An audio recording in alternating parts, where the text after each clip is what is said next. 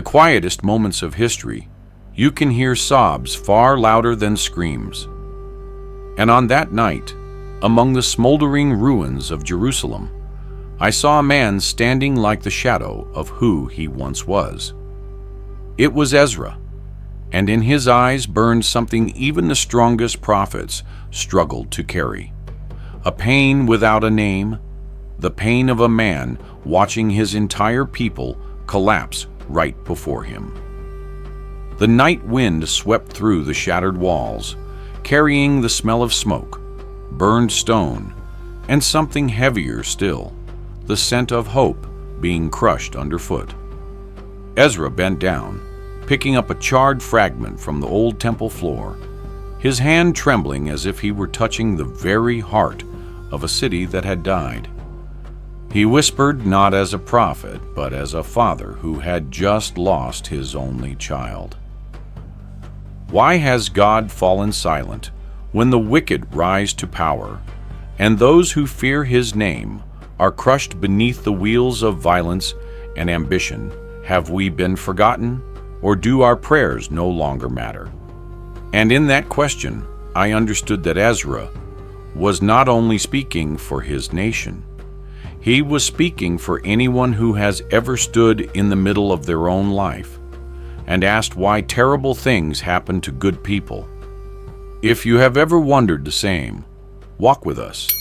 Subscribe to stay with this journey into the forbidden pages, where truth is anything but easy to face. This is only the beginning of a path none of us are truly prepared to walk. Amid the dust-covered streets, Ezra walked like a man trying to carry the weight of an entire nation on his shoulders. Every corner held the memory of someone who was no longer here, and the laughter of children that once filled these alleys now echoed only as a faint ghost in the ruined air. He stopped before a collapsed wall, the remnants of a home he once knew, and his aged eyes glistened with grief. Some losses make a person grow old overnight, and Ezra understood that truth more deeply than anyone still breathing. He did not grieve for himself, but for every soul torn from this life far too early. In that moment, I realized Ezra was never a distant prophet. He was simply a human being trying to stand steady in the ashes of all he once held sacred.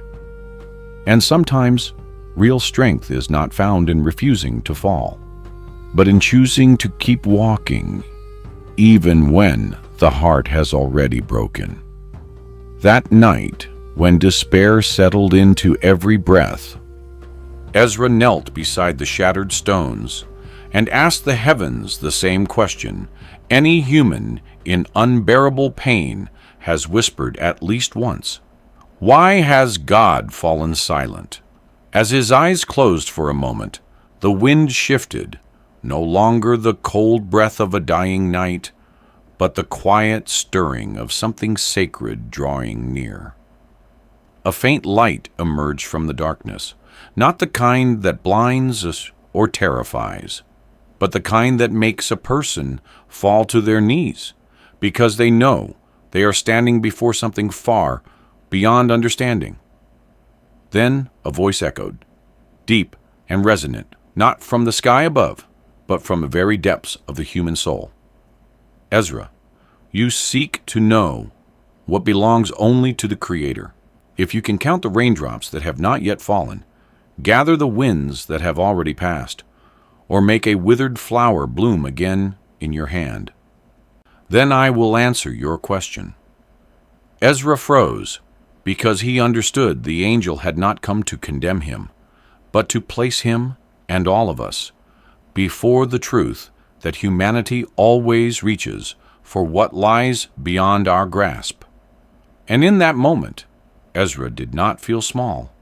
He felt profoundly human, just like anyone who has ever looked up at the sky and asked why, even when knowing the answer was never meant to be simple. The angel lifted Ezra to his feet and led him into an open space beneath the heavy night sky. When the wind fell still, a blazing furnace burst into sight before him, its flames rising fiercely before collapsing into fading embers, leaving thin ribbons of smoke drifting upward. Moments later, a dark cloud gathered overhead, unleashing a violent rain before disappearing, leaving only a few lonely drops clinging to the cracked earth. The angel looked at Ezra and spoke as if revealing a secret humanity was never truly ready to hear. Ezra, the fire is the time that has already passed, bright, yet filled with loss. And the cloud is the future rushing toward you with storms and upheaval. But the truth lies in those last drops of water, for they are the souls that will be saved in the end, so few that the heart tightens to think of it. Ezra stood frozen because he understood the angel was not speaking only of his nation, but of all mankind, speaking of the painful reality that the path to salvation has never been wide.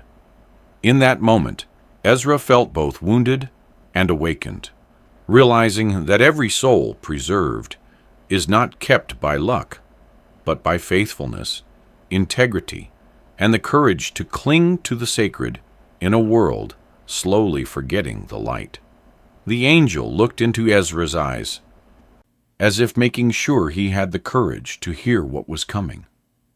When the final days draw near, the world will not collapse in a single moment, but will crack slowly within the conscience of humanity. The powerful will lose their sense of shame, the weak will lose their sense of fear, and the line between right and wrong will erode until no one remembers which side they stand on. Then the earth will tremble, not only beneath their feet, but deep within their souls, as if every value that once upheld humanity is being pulled apart piece by piece. Cities will fall into disorder. Families will fracture. Those who once believed in goodness will begin to doubt their own hearts, and the righteous will find themselves drifting into darkness without realizing it. The angel told Ezra that the clearest sign of the end is not disaster or war, but when people become indifferent to each other's suffering.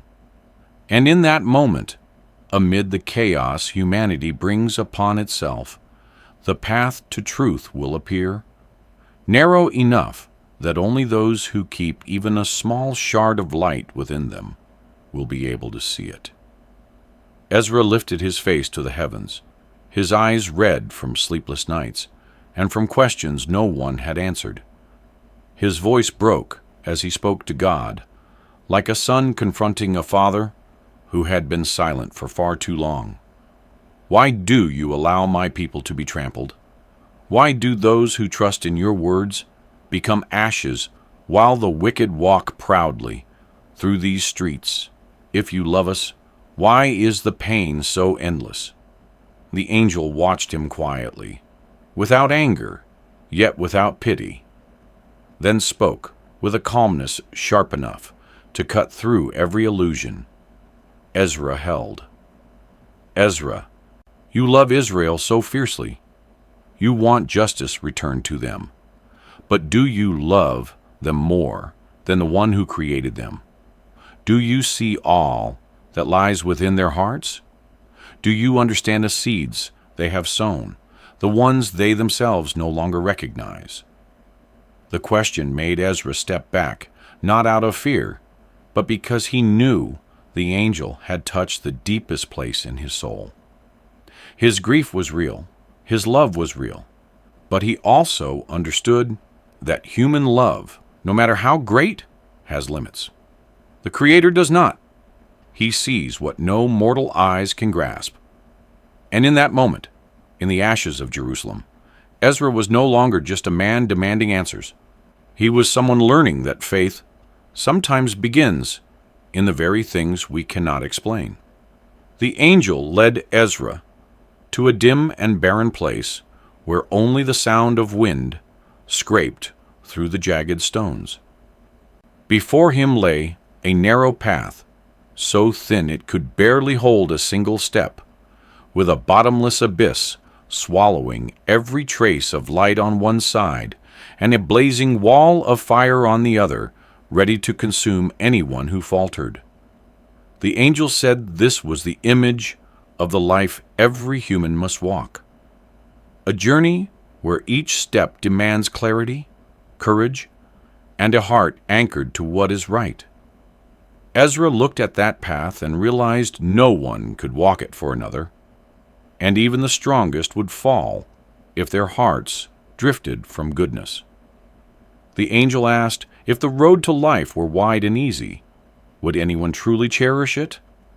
If salvation required no effort, would anyone value the light? Ezra remained silent, for he understood that faith reveals itself only when a person stands face to face with darkness.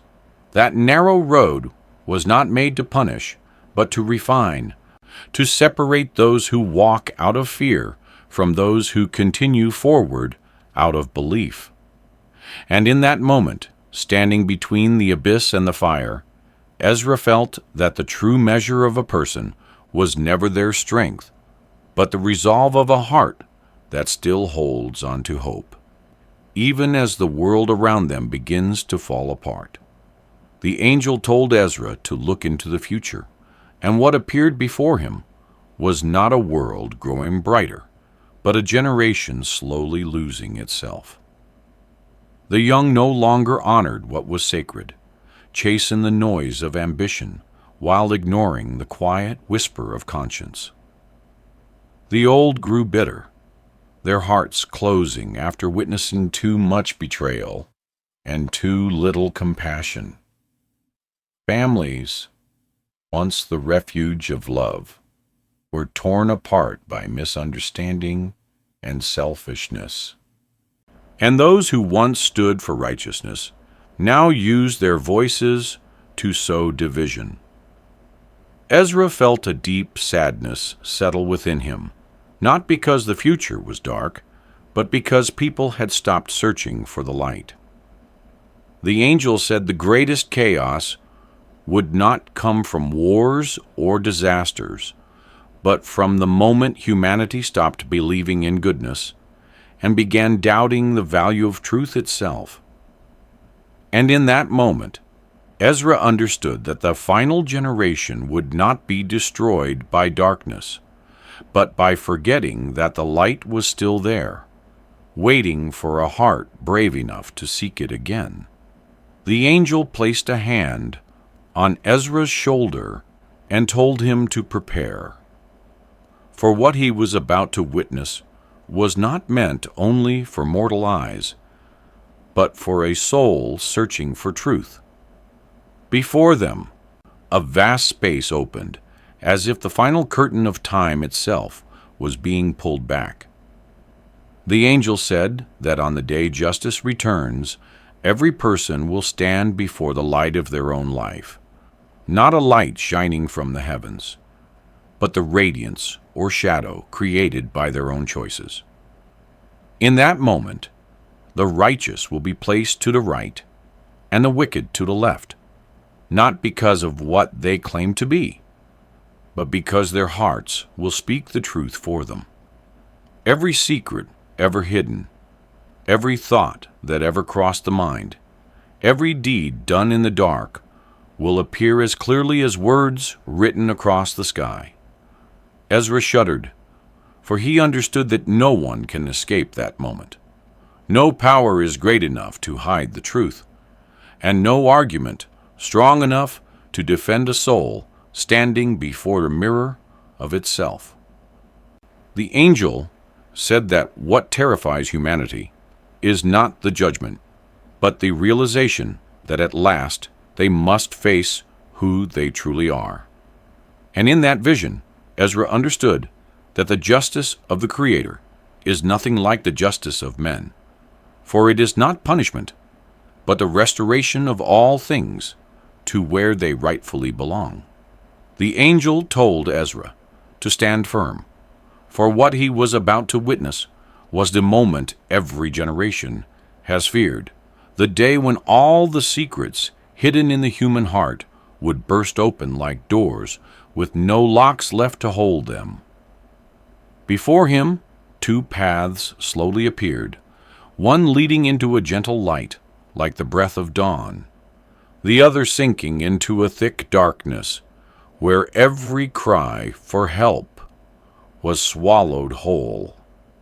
The angel said that on the day of judgment, a person is not measured by the stories they tell about themselves, but by the seeds they quietly planted in their heart when no one was watching. On that day, the smallest deeds will carry the weight of mountains. A single lie could become the rope pulling a soul into the abyss, while one act of kindness could shine like a lantern guiding the lost through chaos. Ezra saw each soul standing before the light of its own life, a light that did not judge but simply reflected. Those who lived in truth stood tall, and those who hid behind their own darkness could not bear the sight of themselves. The angel said the greatest terror is not being condemned, but the moment a person realizes they have been condemning themselves long before that day arrived. And Ezra understood that when justice returns, no one can hide within the crowd, for every heart will tell its own true story, a story no power on earth could ever conceal forever. In the darkness of the long night, Ezra saw a woman kneeling beside a mound of ash, her hair matted with dust, her shoulders trembling with every broken sob. She clutched a torn cloth to her chest, as if holding the last piece of her life that had not yet been taken from her. Ezra approached gently and asked why she wept, and the woman answered with a shaking voice that she had lost her only child, lost her home, lost every reason she once had to believe tomorrow could be better than today. But as Ezra tried to comfort her, her figure flickered like a flame in the wind, then released a faint glow that made him step back in astonishment. From the tears in her eyes, an entire city appeared, its walls crushed, its streets buried in ash, its generations carrying a silence heavy with grief. And Ezra understood then she was not a single woman, but Zion, the soul of Jerusalem crying for itself.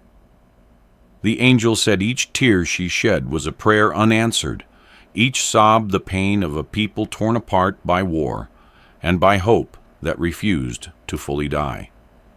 In that moment, Ezra felt his own heart sink, because he realized some cities can mourn, some cities can break, and yet it is exactly their suffering that makes them endure across ages. The angel brought Ezra to a cold, rocky ledge, where the deep sea stretched before them, black as ink, and so quiet it made a man feel smaller than he had ever felt. Suddenly, the water began to swirl, as if something enormous beneath the surface was awakening from a long sleep. From that churning depth, a colossal eagle burst upward, its wings spreading wide as though trying to cover the entire sky. Each beat of its wings sent a violent wind toward Ezra, forcing him to shield his face as he felt the raw, terrifying force of this creature. The angel said the eagle was no beast, but the vision of an empire that would rule the world through strength and relentless ambition. Its 12 wings, each one vast and sharp as a blade, were 12 kings rising one after another, each carrying cruelty like fire, yet crumbling, at times, like fragile ash. Upon the eagle's body were 3 great heads, silent and watchful, and this angel explained that these were the final rulers, those who would raise the empire to its peak and be the very reason for its fall. Ezra saw in the eagle's eyes a hunger without end, a longing for power forged not by nature, but by the hands of humanity across generations. The angel said that no matter how mighty the eagle became, its time would come, and the same ambition it wore as its crown would become the chain that drags it back into the depths from which it rose. And Ezra understood then that no empire, no matter how vast or glorious, could stand forever before the justice of the Creator. Just as the eagle spread its wings across the sky, another sound rose from the forest behind Ezra. Not the wind, not the cry of any wild creature, but a low thunderous roar that made the ground tremble beneath his feet. The trees swayed as if a force older than time itself was moving through them, and from that darkness stepped a lion, its eyes burning with the memory of ages. It did not charge, nor did it roar in arrogance, but stood firm, as if heaven and earth existed solely to uphold its stride. The angel whispered to Ezra that this was the Messiah, the heir of David, the one who would rise when the world believed salvation had slipped beyond its reach.